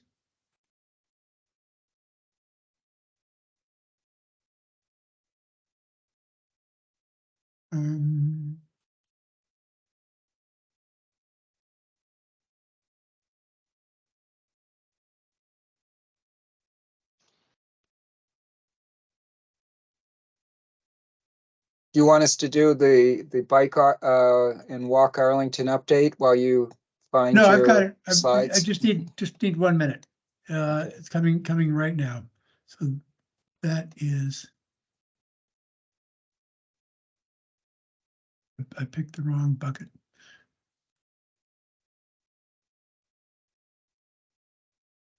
Right.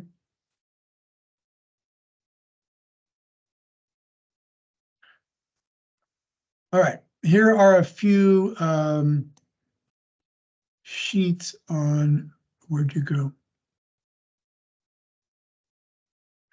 Typical sections of the country club connector. Let me take the screen again. I won't take a lot of time on this. This project is funded through design, and construction is anticipated for either fiscal year 25 or 26. So still a couple of years away for construction, and a lot more design work still to come. But plan and profile, we want plan and profile.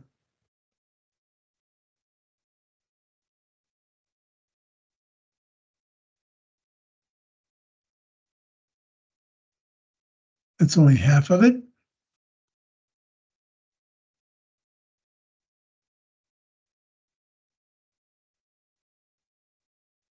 All right. Nope, that's the top half. Doggone it.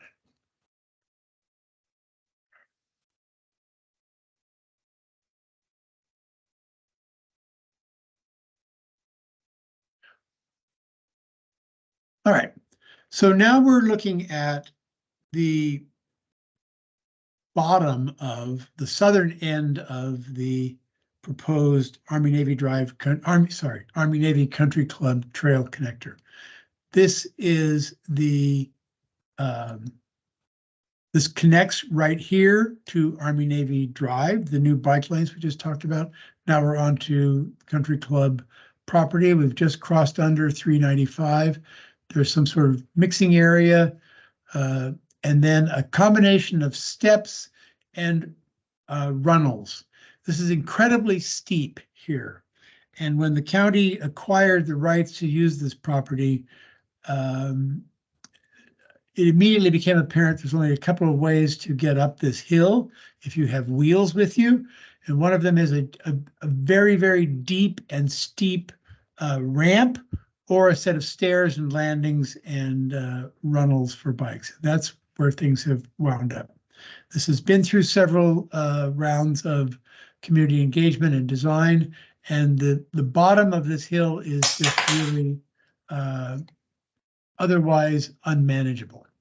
Yeah, I think we missed an opportunity though, because the bottom of the hill doesn't have to be the bottom. If you start the ramp at Army Navy, right, and you go and you actually incline underneath the underpass, keep in mind you don't need a 13-foot clearance for people on foot and people on bikes. Right. By the time you get to this point where the black dot is, you could probably be 6 feet higher and maybe not have to do stairs at all.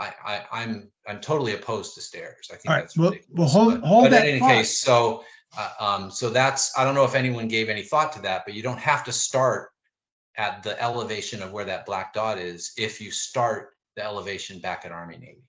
I take your point, and Steve, you might not be too late on this one because this is only at 15% design. So maybe that door is not yet closed.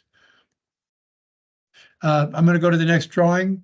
Where were we? That was Memorial Drive. I want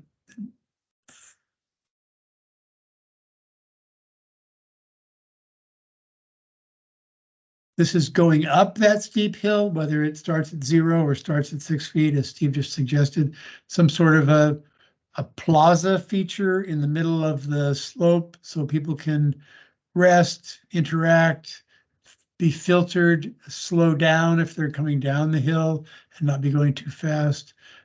Meant to be for pedestrians and cyclists and wheelchairs and school kids and dog walkers, et cetera, et cetera. Next would be, what happened to 4.5? I don't see 4.5. Can I just say, when I don't think any wheelchair users would take that because they would never be able to get through the runnels on the stairs. So they'd only be able to go halfway.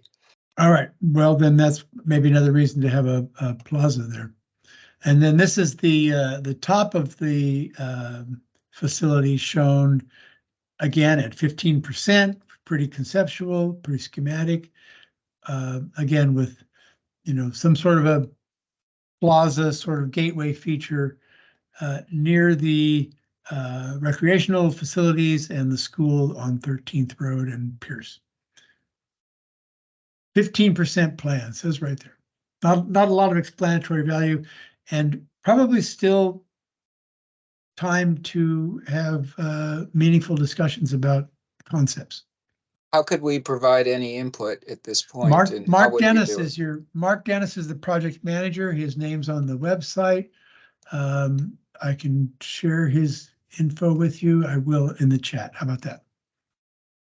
Can we bring him to a future meeting?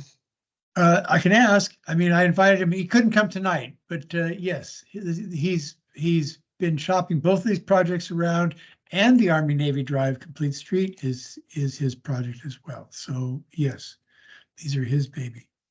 I don't want to dominate too much here, but I believe that there's also a time limit on this project as well, to complete it, or we will lose our opportunity with the Army Navy Country Club. Yeah, I don't know about that. Now I've lost my ability to unshare my screen, so I don't know what's happened here. You all are watching me unable to relinquish. There we go. I want to give up the screen. So I will communicate to Mark that it would be great if he could come back and talk to the committees in more detail, especially about the country club connector, if there's room to rethink some of the concepts. Thank you. I guess the next would be an update on both Walk Arlington and Bike Arlington. Yes. Hello, everyone. So I'm Mary Delau with Bike and Walk Arlington. So updates on the walk side. We were a partner on a Moonlight Monument Walk on November 26th with Friends of the Mount Vernon Trail and Friends of the David M. Brown Planetarium, which was really promising. We had over 100 people sign up, and the weather was horrid. It was rainy and cold and wet, and we had 12 people show up. But it was a great idea and it was a great partnership. So I hope we get to do something like that with both of those groups again, because they were really nice partners. So then joint between Bike and Walk, we are doing another trail cleanup on Martin Luther King Jr. Day on the WNOD. And we're partnering for that with the Friends of the WNOD. And this year we got on the list that Volunteer Arlington puts out for the Martin Luther King Jr. Day of Service. So hopefully that will attract more people, although it went really well last year. So that's why we're doing it again. So it's on January 15th from 10 to 1. And we're just cleaning up the section of the WNOD at Columbia Pike and 4 Mile Run. We generally have gone down past Barcroft Sports and Fitness Center, and there's all kinds of trash that collects in the vegetation. So that's on Eventbrite, and I'll put that in the chat when I'm at the end of my talk. And then on the bike side, we have a ride coming up that Henry Dunbar is leading on January 7th. So we're bringing back the notorious ARL ride, which Henry did a couple times and people always ask about it.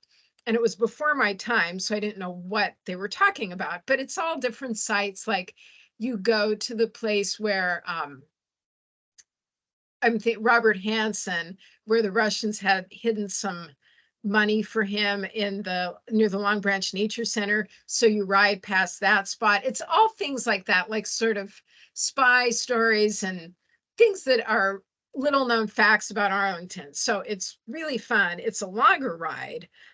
So that's on the 18th, or I'm sorry, January 7th, 18 miles on a Sunday. So anybody who wants to come on that, we would love to have you. And then on the bike forum side, I'm sure many of you know what that is. That's just Bike Arlington's online community that has been around for a while.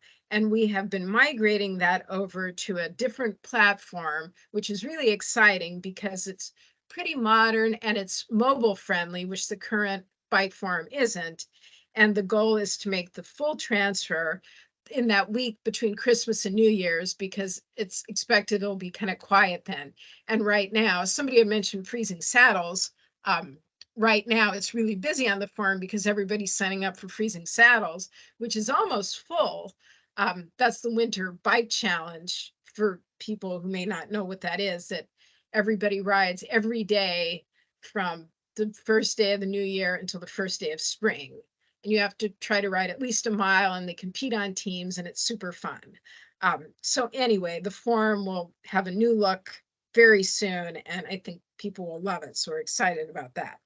And then the other big thing that's going on is that Cynthia had sent an email to the BAC about this on Friday.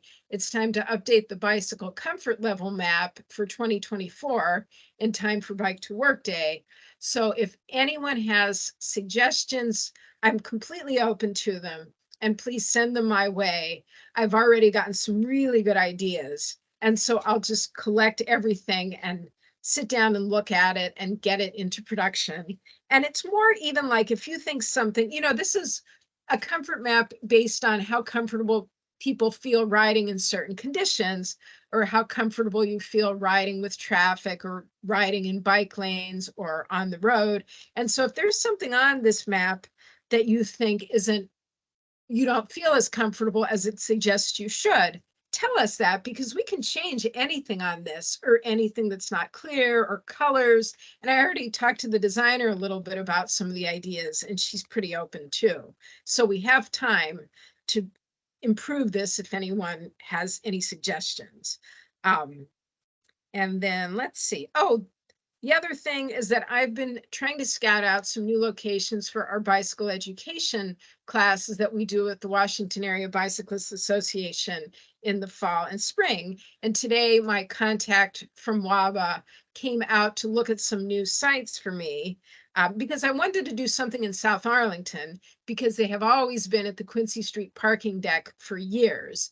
And if you live in Pentagon City, that's kind of far for you to come on a Saturday or Sunday morning. So we have found a lot. Thank you to Pam and Matt Jones. Pam had suggested it. So it's a lot on South Clark between 26th and 27th in National Landing, a commercial lot. And Matt Jones put me in touch with the Gould Properties, and they said, yes, we can use it for a bike class in the spring.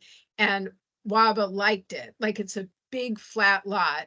So we will be branching out with the classes.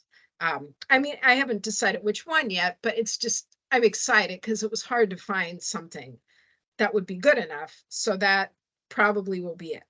And then the other thing, final, which David could talk about too, but our bicycle friendly communities application, we were supposed to hear about it this month, and kind of like the walk designation, we found out that it's delayed. So we will not hear anything until January. So I think that's everything on my side. So thanks. And like I said, I'll put those links in the chat if anyone wants to come to our events. Thank you so much for all that good news.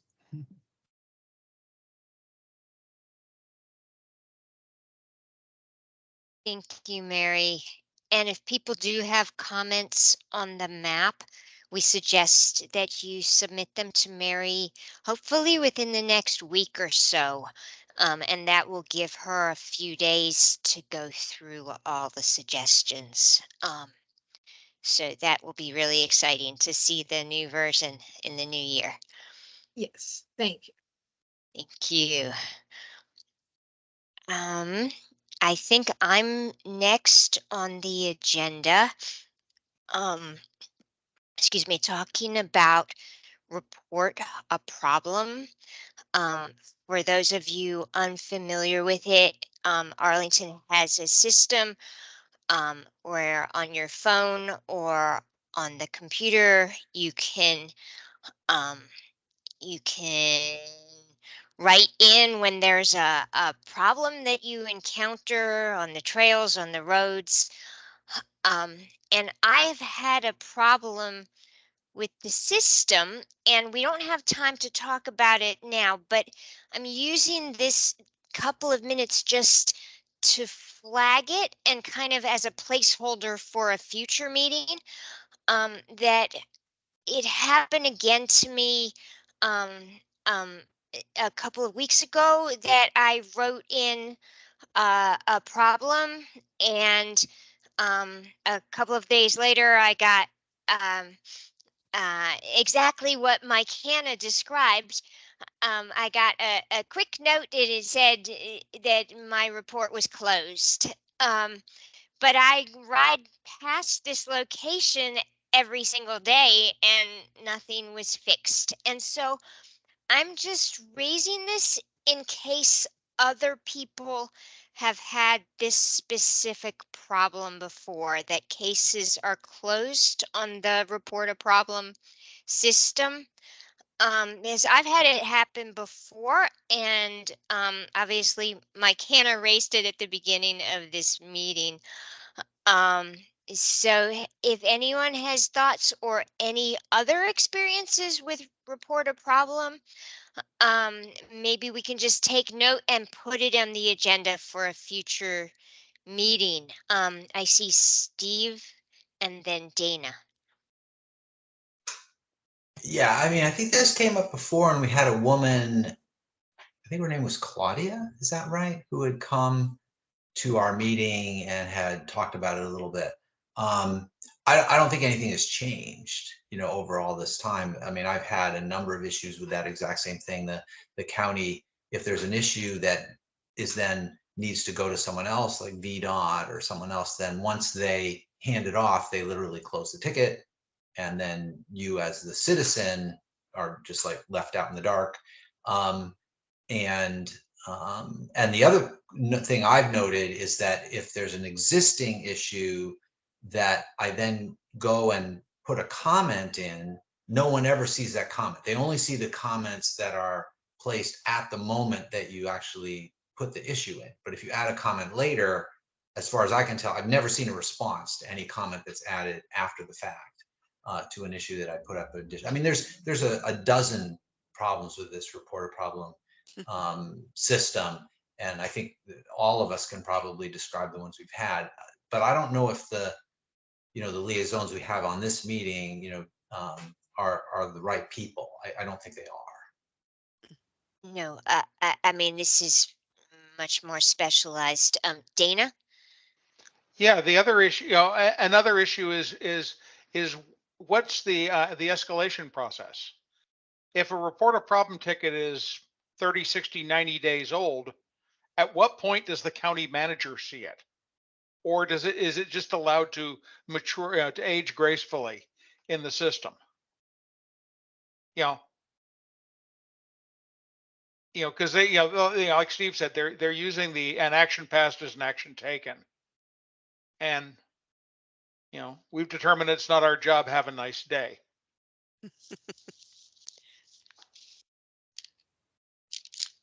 Thank you. And Pam? Hi. So many of my problems have with the wrap have been that ticket closed and nothing has happened, and that's happened to all of us. It's my #1 complaint. Another high complaint is how they're handling MOT problems. And one of the first questions is, how long has this problem existed? How should we know? Why do we care? Why do you care?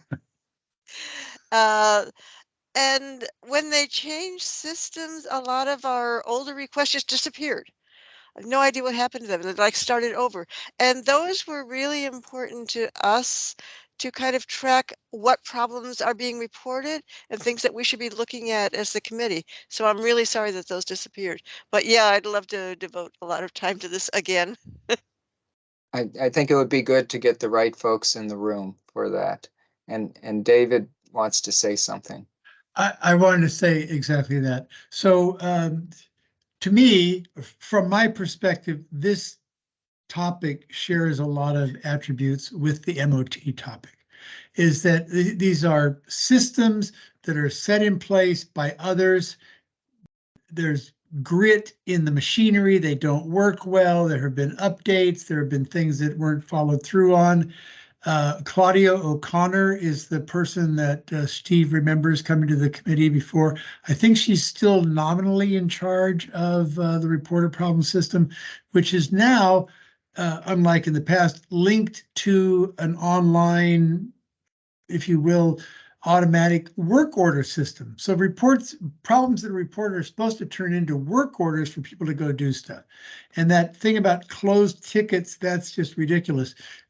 What it means inside that system is that I've done my part. I get to tick a box that says I've done my part. It doesn't mean that the thing has been fixed in the field. So it's full of problems. Reported problem is full of problems. And I think it's ripe for another sort of full-bodied discussion. Thank you. Thank you.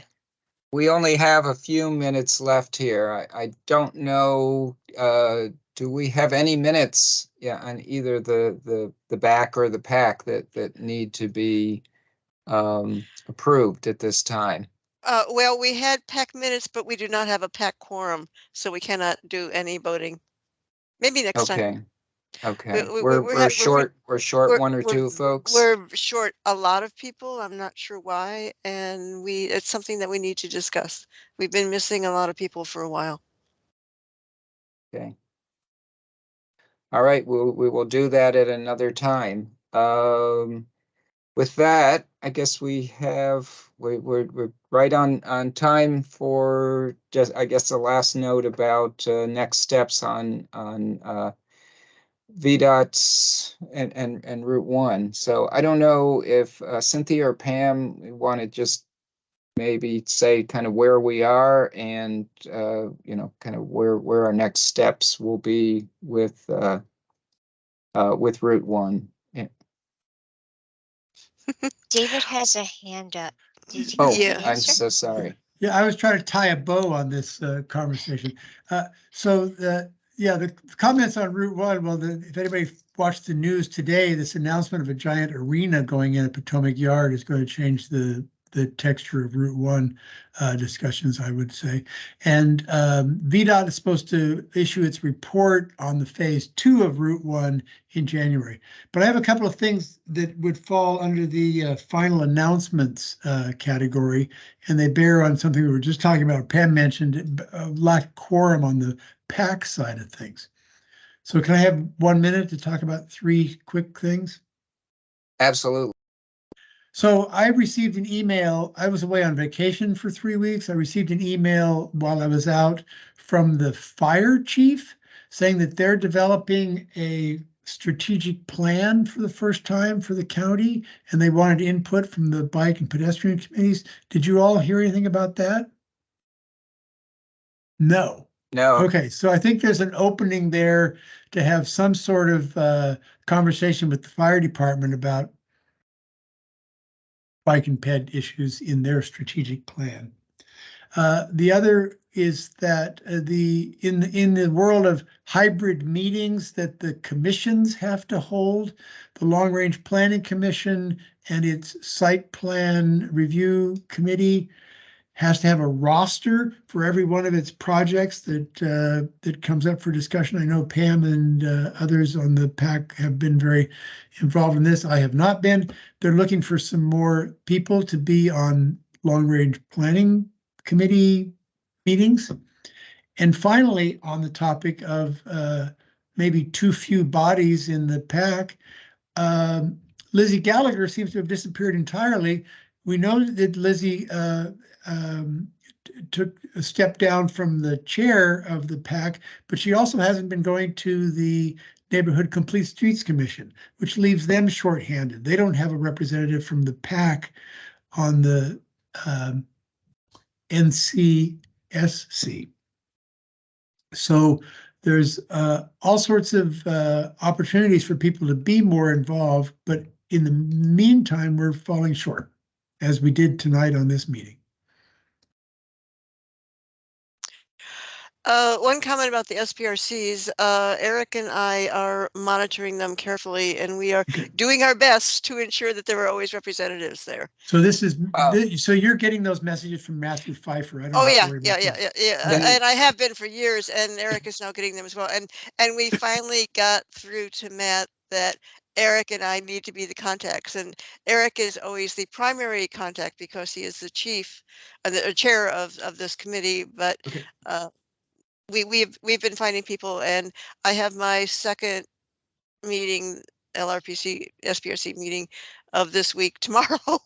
But Andrea's joining me, but yeah, that part's covered kind of. Okay, good, thank you. Can I add to that just one last thing as we're going over here?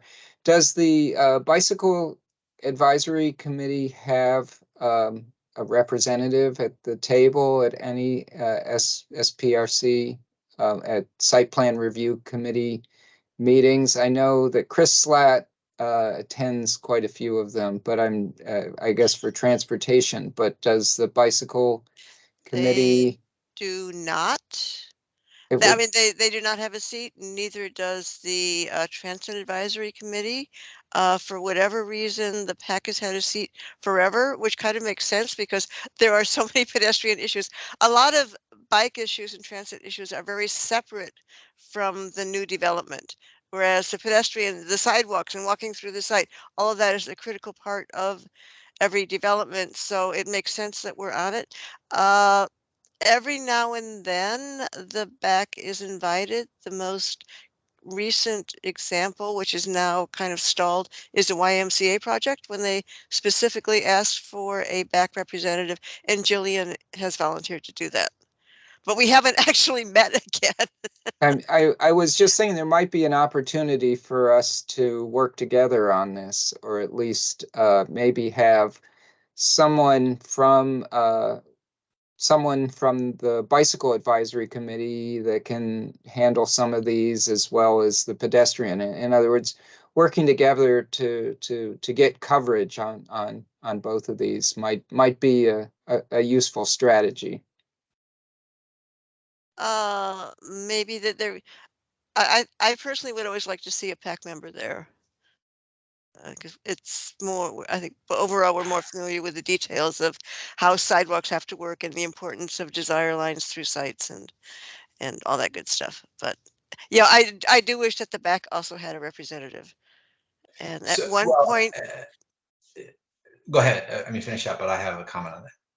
at one point, when this was several years ago, pre-COVID, the LRPC Planning Commission was like redoing kind of their guidelines for it, and they did have the BAC and the Transit Committee listed as appropriately there, and nothing ever happened. Don't know why.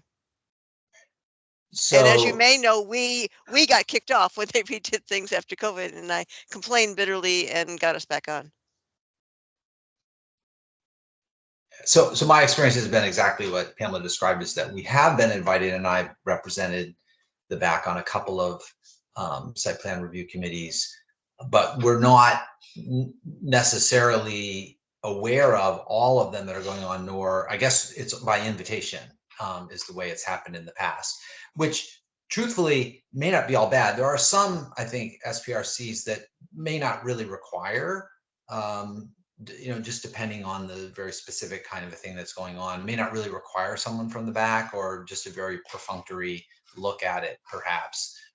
So I'm not sure we need a standing seat all the time, but maybe I could request that the Pedestrian Advisory Committee keep their eye out. So if you're representing your committee on all the site plan reviews, for those that you feel like the Bicycle Advisory Committee ought to also have an opportunity to comment, that you let them know, or get us invited, or figure out a way to have us included. That might be one way to go forward. I'm not positive we need to be on every single one. Some just seem like that they're less critical than others. Yeah, 2 points about that. The Transportation Commission always has a representative there, usually Chris Latt, but also other people. So, and he and the other transportation commissioners are very up on all the bike issues, which is great. I had another point and I forgot what it was. But yes, thank you. I mean, if Chris is there, I think he probably would be in a position to make a recommendation that the BAC all have a representation on it. Oh, the other point is these rosters are set up way ahead of time, way before any SBRC meetings or LRPC meetings, and I think some combination of staff and maybe planning commissioners decide what additional groups should be invited to be part of the roster. Like sometimes they'll make sure that there's a disability advisory commission people there. Sometimes some of the more obscure commissions need to be there. The YOC was an example of a BAC one was specifically requested for that. But if we are the PAC is now considered, we have a seat at the table, and the planning commission votes on the roster before the roster is actually sent out, I think. Well, you have to get the names to them really quickly. And it's hard to change the names once you've selected the names, although I think we do have the option to do that. And you're supposed to be there in person if you can. If not, you need to tell the chair why you can't be there in a general way. And the main problem is that you don't know ahead of time what day they're going to meet on or how often they're going to meet. And it's usually Monday or Thursday, but you don't know ahead of time if it's going to be Monday or Thursday, and you don't know ahead of time how many meetings they're going to have. Like I'm on River House, and we had 3 LRPC meetings, and we're going to have 5 site plan review committees, which is going to go on through like next summer. But most of them are just like 1 or 2 meetings. But the problem is, unless you know you can be free on Monday or Thursday, it's really hard to commit. So basically, when we're not sure, Eric and I just kind of are placeholders. And then when we know more about it as needed, we try to find somebody who's more interested in it. And the one site that's coming up soon is the NHTSA site. It's a National Teachers Association. It's where Rhodes Street is. Is that And block? Wilson Boulevard. Yeah, Wilson yeah. and Rhodes. It's a fairly big project, but we haven't heard any more about it. Anyway, just to respect everybody's time, thank everybody. Thank you, everyone, for thank you. coming. And Pam, thank you for updating us on this. I think it would be good if we could coordinate in some way with the bicycle committee on these site plan reviews. But again, thank you everyone for your time. Cynthia, do you have anything else that you want to add as? No, I just wanted to say thank you. And I wanted to say that those of you involved with the site plans are saints, because that sounds like an enormous commitment and so uncertain. But it's really cool stuff. And you really do feel like you are changing Arlington. you are determining how these developments look, how they're going to work, and you can really fight for pedestrian rights and bike rights and making sure the streets are right. You know, you don't always win, but it's great to have that seat at the table. Well, thank you. Thanks. And David, you are capturing the chat and everything else, attendees and all that. I think you're muted. You're David. muted. Yes. Thank you. I'm not sure about the chat. I need to figure out how to save the chat. So I'm not going to turn off my session until I figure that out. Okay. But the recording Ellen might happens know. and the transcript happens Okay. sort of automatically. And those have become easier. The chat's a bit of a mystery still. You could But- copy and paste the chat potentially. Yeah. Oh, I hadn't thought of I that. think you could copy the whole thing and just paste it Into a into Word something doc. else to save it. Yes. I will do that. Yes. And Okay. and for the people, you capture the people who were here? Yes, that happens automatically. The comings and Oh, okay. goings are captured. Ah, okay. Okay, thank you. All right. Well, Thank you everybody. again. Thank you, everybody. Thank you. All right, And- bye. Have a good night. Eric, you need to Bye. get me that Happy holidays. list of topics, CIP topics. Absolutely. Okay, great. All right. Thanks, folks. Good night. Right. Good meeting, thanks.